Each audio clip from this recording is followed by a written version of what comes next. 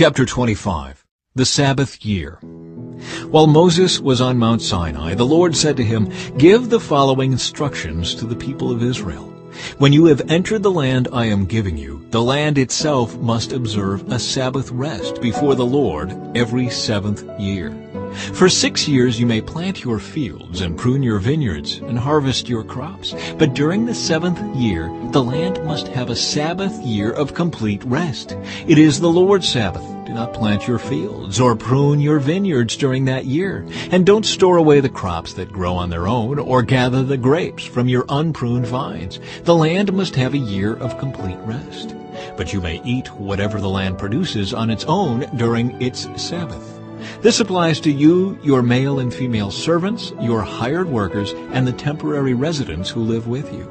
Your livestock and the wild animals in your land will also be allowed to eat what the land produces. The Year of Jubilee. In addition, you must count off 7 Sabbath years, 7 sets of 7 years, adding up to 49 years in all. Then, on the Day of Atonement, in the 50th year, blow the ram's horn loud and long throughout the land. Set this year apart as holy, a time to proclaim freedom throughout the land for all who live there. It will be a jubilee year for you, when each of you may return to the land that belonged to your ancestors, and return to your own clan.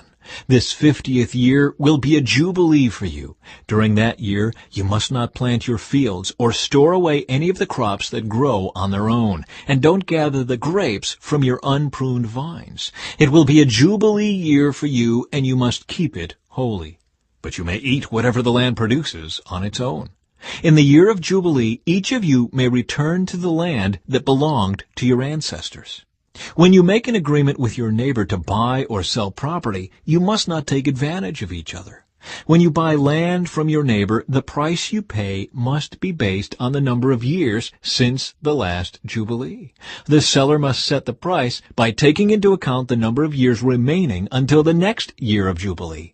The more years until the next Jubilee, the higher the price. The fewer years, the lower the price. After all, the person selling the land is actually selling you a certain number of harvests. Show your fear of God by not taking advantage of each other. I am the Lord your God. If you want to live securely in the land, follow my decrees and obey my regulations. Then the land will yield large crops, and you will eat your fill and live securely in it. But you might ask, what will we eat during the 7th year, since we are not allowed to plant or harvest crops that year?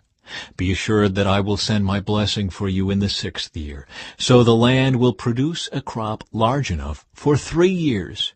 When you plant your fields in the 8th year, you will still be eating from the large crop of the 6th year. In fact, you will still be eating from that large crop when the new crop is harvested in the 9th year. Redemption of property. The land must never be sold on a permanent basis, for the land belongs to me. You are only foreigners and tenant farmers working for me. With every purchase of land, you must grant the seller the right to buy it back. If one of your fellow Israelites falls into poverty and is forced to sell some family land, then a close relative should buy it back for him. If there is no close relative to buy the land, but the person who sold it gets enough money to buy it back, he then has the right to redeem it from the one who bought it. The price of the land will be discounted according to the number of years until the next year of Jubilee. In this way, the original owner can then return to the land. But if the original owner cannot afford to buy back the land, it will remain with the new owner until the next year of Jubilee. In the Jubilee year, the land must be returned to the original owners so they can return to their family land. Anyone who sells a house inside a walled town has the right to buy it back for a full year after its sale. During that year, the seller retains the right to buy it back. But if it is not bought back within a year, the sale of the house within the walled town cannot be reversed. It will become the permanent property of the buyer. It will not be returned to the original owner in the year of Jubilee. But a house in a village, a settlement without fortified walls, will be treated like property in the countryside.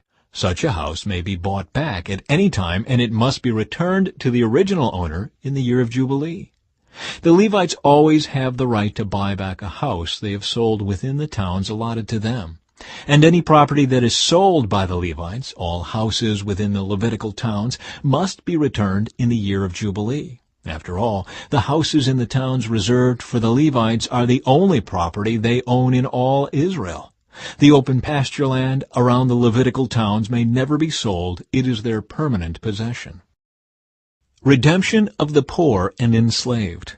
If one of your fellow Israelites falls into poverty and cannot support himself, support him as you would a foreigner or a temporary resident, and allow him to live with you. Do not charge interest or make a profit at his expense. Instead, show your fear of God by letting him live with you as your relative. Remember, do not charge interest on money you lend him, or make a profit on food you sell him. I am the Lord your God, who brought you out of the land of Egypt to give you the land of Canaan, and to be your God. If one of your fellow Israelites falls into poverty and is forced to sell himself to you, do not treat him as a slave. Treat him instead as a hired worker or as a temporary resident who lives with you, and he will serve you only until the year of Jubilee. At that time, he and his children will no longer be obligated to you, and they will return to their clans and go back to the land originally allotted to their ancestors. The people of Israel are my servants, whom I brought out of the land of Egypt. So they must never be sold as slaves. Show your fear of God by not treating them harshly. However, you may purchase male and female slaves from among the nations around you. You may also purchase the children of temporary residents who live among you, including those who have been born in your land. You may treat them as your property, passing them on to your children as a permanent inheritance. You may treat them as slaves, but you must never treat your fellow Israelites this way. Suppose a foreigner or temporary resident becomes rich while living among you. If any of your fellow Israelites fall into poverty and are forced to sell themselves to such a foreigner or to a member of his family, they still retain the right to be bought back even after they have been purchased. They may be bought back by a brother, an uncle, or a cousin. In fact, anyone from the extended family may buy them back. They may also redeem themselves if they have prospered.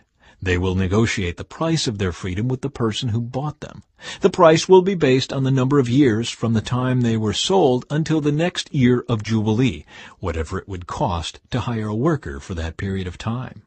If many years still remain until the Jubilee, they will repay the proper proportion of what they received when they sold themselves.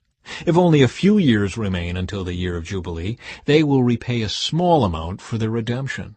The foreigner must treat them as workers hired on a yearly basis. You must not allow a foreigner to treat any of your fellow Israelites harshly. If any Israelites have not been bought back by the time the year of Jubilee arrives, they and their children must be set free at that time. For the people of Israel belong to me. They are my servants, whom I brought out of the land of Egypt. I am the Lord your God.